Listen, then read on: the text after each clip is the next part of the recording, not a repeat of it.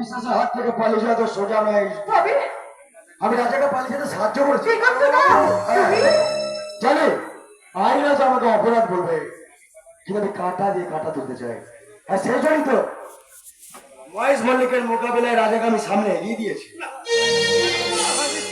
না, ও যদি সত্যি আমার অবিরাম হয় তাহলে তাহলে তাকে আপনি আর কষ্ট দেবেন না, তাকে আমার কাছে ফিরিয়ে দিন।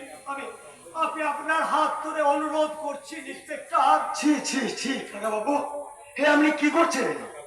কাকা বাবু, আপনি মানে তুমি আমাকে সেই দিনে সেই ছোট্ট দিগন্তকে আপনি চিনতে পারলেন না কাকা বাবু?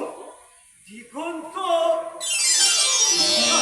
তার মানে তুমি আমার বন্ধু কর্নেল গৌরব বিশ্বাসের ছেলে? হ্যাঁ কাকা বাবু, বাবা কাটিয়ে যুদ্ধে শহীদ হন আর সেই শোকে মা মারা যায়। আমি কোন রকমের মামার বাড়িতে মানুষ হয়েছে।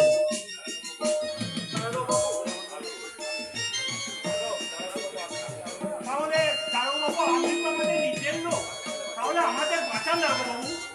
আমার ফ্যামিলির ভালো মন্দর দায়িত্ব আমি তোমার হাতে দিলাম দিগন্ত। আমি আপনাকে কথা দিলাম কাকা বাবু, এই মহেশ মল্লিকে সমস্ত প্রকৃতি ফাঁস করতে, সমস্ত প্রকৃতি ফাঁসের জন্য আমি সাজা থাকে দেবই দেবো, দেবই দেবো। দিগন্ত, তার আগে চলো দিগন্ত দা, চলো আমার স্বামী